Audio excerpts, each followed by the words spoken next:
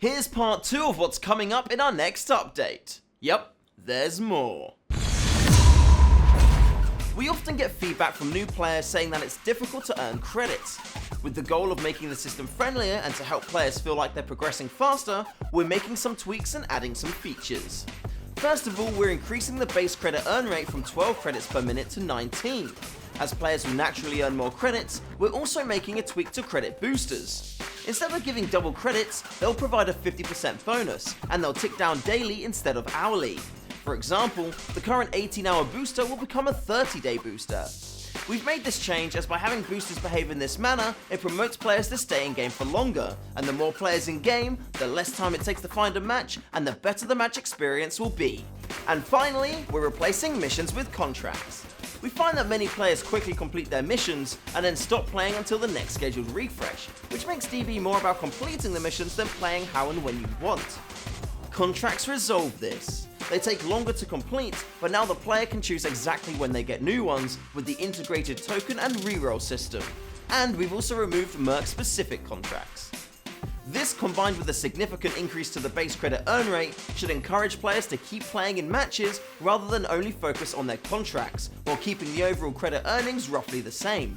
When the patch notes go live for the update, this info will be available in more detail, so keep an eye open for them.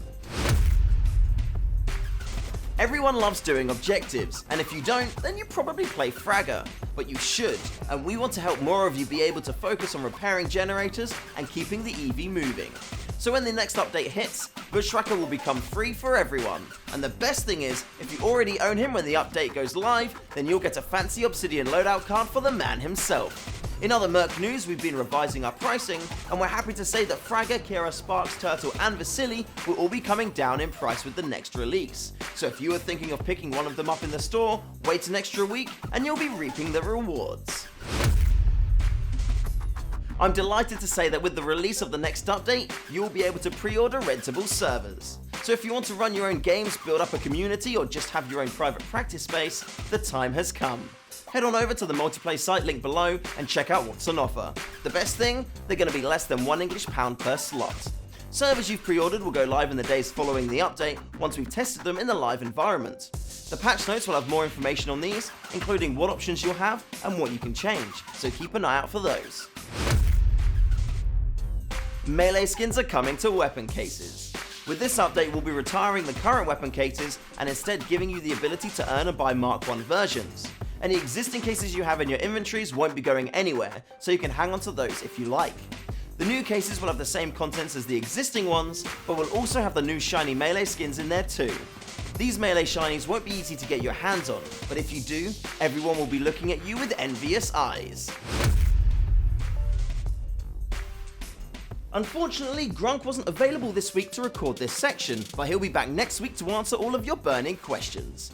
I wonder where he is. Devour's been working on a new series where he's doing a full A to Z rundown of every Merc with tips and tricks. He's starting off with Amy, and I must admit, even I learned a thing or two. So check it out, enjoy, and subscribe. Last week he reported issues with friends, trading, and texture pool size. For friends, we know it's more difficult now to play with your buddies, but we're investigating ways to improve this. For trading, we updated the list of initial items which will be tradable when Steam Trading goes live in our news post. There's still 332 items available, but we split the list up and added a bit more info on what will happen.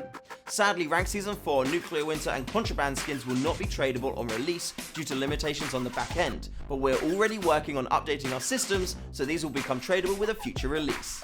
And for texture pool size, this was removed to keep everyone on a level playing field, as when it was greatly reduced it gave an unfair advantage. Now subscribe, and let us know what weapon skins you'll be gunning for when trading goes live.